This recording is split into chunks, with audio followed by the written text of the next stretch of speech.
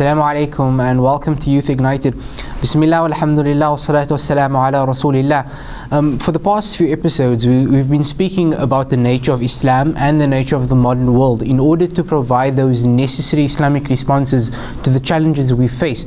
People feel alienated from Islam. There's emotional outbursts and there's occasional violence as well.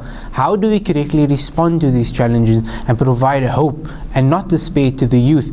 The first episode I discussed with Shafiq Morton the spectrum of the intellectual and social issues faced by the Muslim youth, and we discussed what is knowledge, how do we actually acquire this, what are the tools towards actually accessing knowledge and not just information that we see all over the place today. The second episode was on the madhahib and what is termed fiqh, because I looked at the hadith Jibreel, and this is really what I want to look at today as well, but the second part of that. The hadith Jibreel, as we know, probably the most famous hadith, discusses what is Islam, what is Iman, and what is Ihsan, and also a fourth component about the signs of the end of times, the age that we live in.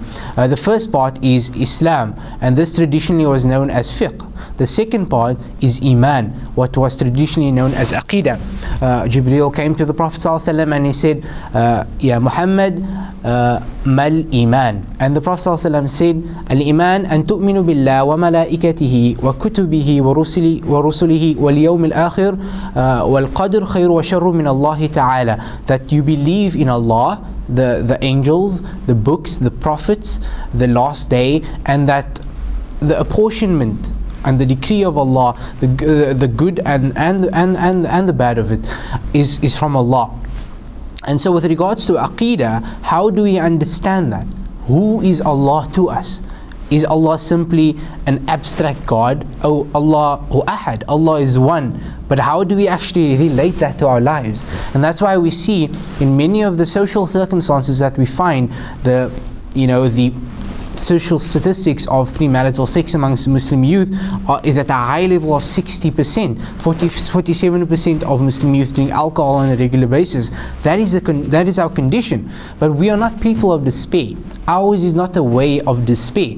And so when we look at this, we see that it's an inclination towards the negative side, but it's not a totality, because the nature of the dunya is that it's between tribulation, bala, and also ni'mah, blessings. The perception of the people of Jahannam is bala after bala, difficulty after difficulty. And the perception of the people of Jannah is ni'mah after ni'mah, blessing after blessing. In order for us to become the people of Jannah, we need to have that perception now already. Why? Because that is the nature of a mu'min. And the Prophet Muhammad ﷺ, he said, "Kullu amrin lil mu'min khair," that everything for the believer is good, because he sees with the nur of Allah that everything is an opportunity for him to actually get closer to Allah. When someone looks at you weird because you're wearing a hijab or you're wearing a thobe, and they say, oh, is this Islam, the terrorist religion, this barbaric religion, do you get upset and angry? No, you shouldn't, because anger is not the way of our Rasul. You should smile at them and wave it, because it's an opportunity to engage, and through engagement we will actually connect that.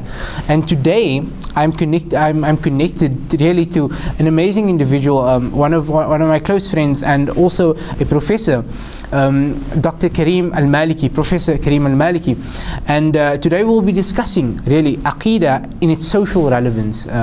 Dr. Karim Al-Maliki, he is part of this Islamic renaissance in the West, and I've been discussing with Shafiq Morton, Dr. Yaseen, that in all converts or reverts to Islam, and this is really part of the understanding that we should have. It's not us against them. It's not Islam versus the West. That we are connected in our fitri nature. That we are connected by our natural dispensation to know the truth. And so this is what I'm discussing. Thank you for joining us today, Karim.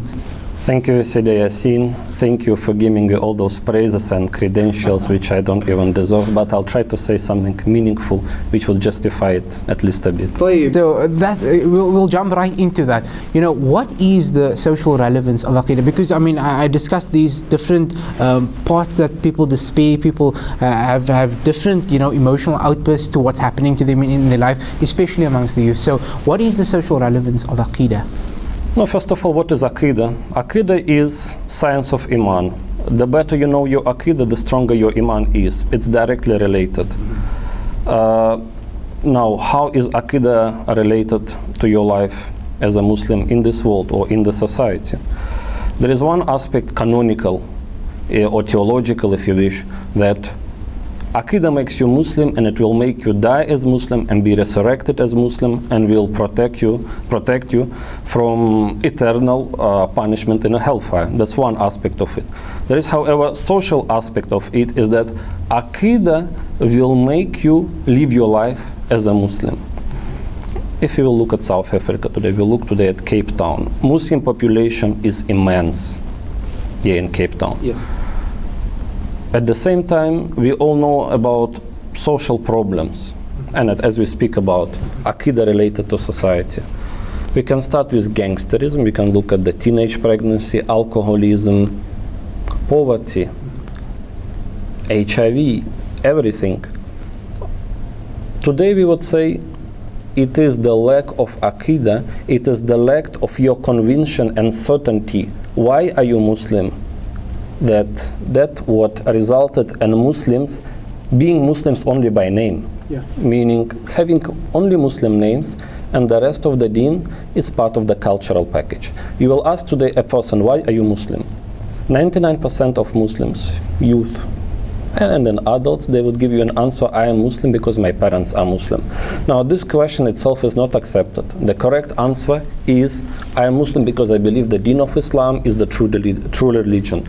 Now, what is happening is that today we will have our youth going to study in university, and it is the best case scenario. And then they find that the temptation of the, we can call it a secular lifestyle or Western lifestyle, modern contemporary lifestyle, is so strong that everybody has a choice. Every Muslim and every Muslimah has a choice. You either stick to the morality you've been taught at home, and you observe the requirements of Sharia, but not because you believe in it, but because it is the part of your cultural package, or you accept the modern lifestyle, which is so tempting, which is so persuading, but then you'll have to sell your Islam. And it does not seem like it's a big price to pay, because only thing you allowed to give away is the cultural package, not your inner conviction that I am Muslim because Deen of Islam is the Deen of truth. And Aqidah has enormous implication, because as we know, part of Aqidah is the Muhammad Rasulullah, and it's also part of Aqidah wa Rusulihi, belief in previous Anbiya and Mursaleen. Part of Aqidah is to teach Qisasul Anbiya. It's either we will teach our children and our youth the stories of the prophets, alayhimus salam, or we will find that the youth joining the gangs, and they will teach them upon their own initiation, which is the equivalent for our Shahada. They will give them their own Aqidah, their own stories, their own myth. So Aqidah at the end of the day goes back to the matter of identity. What are you first? Are you Muslim first, or you are that member of the gang, or you are just you see yourself as somebody successful, but success defined from the modern perspective. At the end of the day, Aqidah goes back to who you are, your identity. I mean, if the listeners are a bit shaken by your accent, I forgot to mention that you're actually from Russia, you're a Russian Muslim, and you were converted to Islam. And that we're speaking about Aqidah. Is Aqidah really one of the motivations why you accepted Islam? Because I know, like you said, and Imam Ghazali, he says this, that I realized that I'm a Muslim because my parents are Muslim. If I was born in a different place, I would have been raised a Christian, or a Jew, or a Confucianist, or Buddhist, or Hindu, and all of these things. But you actually took that step. You were convinced by that, and that is one aspect. Was that the case? And also coming to Muhammad Rasulullah sallallahu alaihi wasallam, we see Islam as a living reality in its social relevance by the embodiments of the heirs of the Prophet, right? By the ulama and the sheikhs, and they ought to be that. But many a times people feel there's a disconnect between who Muhammad sallallahu alaihi wasallam was and who these people are, who represent them.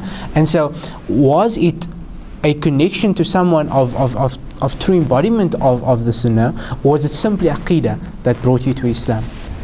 I would say, for me, what brought me to Islam is the example of the community.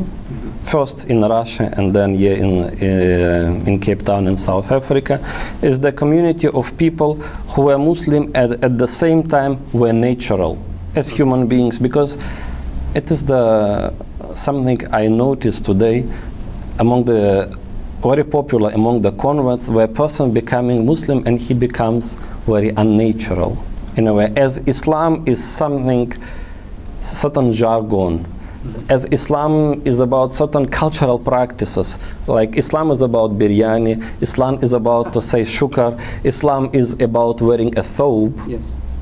And it is other things which are done by many Muslims, but is it what make you Muslim? Is that the essence of Islam? So one aspect, on one hand, no. First I saw an example. Yes. I think it becomes something like what comes from the hadith when a person say, I saw the face of Rasulullah and I understood it could not be a face of a liar. Mm-hmm. So I saw a group of men full of light, and I said, no, something unites these people. I want to join them, and later I want to understand how. So I joined them. It was the existential. Yeah. I shared this light and I said Shahada on my own, and later I joined them. And then later I started rationalizing it. Okay. And this is the Aqidah, this is the Kalam, Ilmul Kalam. Yes. Because science of Aqidah, science of Usuluddin, science of Kalam, you already know the answers. You already know that La ilaha illallah, and you know that Muhammad Rasulullah sallallahu alaihi wasallam. And later you want to know the proofs, and you are guided by Quran and Sunnah. I like the philosophy. But the philosophy is that where you jump in the ocean and you have to find out which direction you have to swim in order to find the island of the truth. So I would say, for me, it was seeing the light and later rationalizing it. Yeah. And since that time, I developed very strong interest in Aqidah. In my Islamic studies, what I focus on, what I like to study myself, and what I like to teach others. And interlinked, aren't they? Because I mean, you can fall in love with something or someone, for example, and later rationalize it, like you did with Islam, for example. But many people, for example, they fall in love with Jesus, right? And they feel like they need to follow Christianity. But later on, they can't really understand the idea of the Trinity. It doesn't really make logical sense to them. And so the irrational impulses override the rational impulses to stick with this, even though it doesn't really make sense. And that's why I feel Aqidah and the sense of spirituality and spiritual connection is interlinked. And one of the things Imam Ghazali says is that Tawheed, understanding who Allah is connected to Tawakkul, right? Relying on Allah in every circumstance. And he says that if we can truly understand who Allah is, not simply that He's one, but that He's doing everything at every situation, then we have no other option but to rely on Him. And so that's really embodying Tawheed in a way that you rely on that. We're discussing with Kareem Al-Maliki the social relevance of Aqidah. We'll be right back.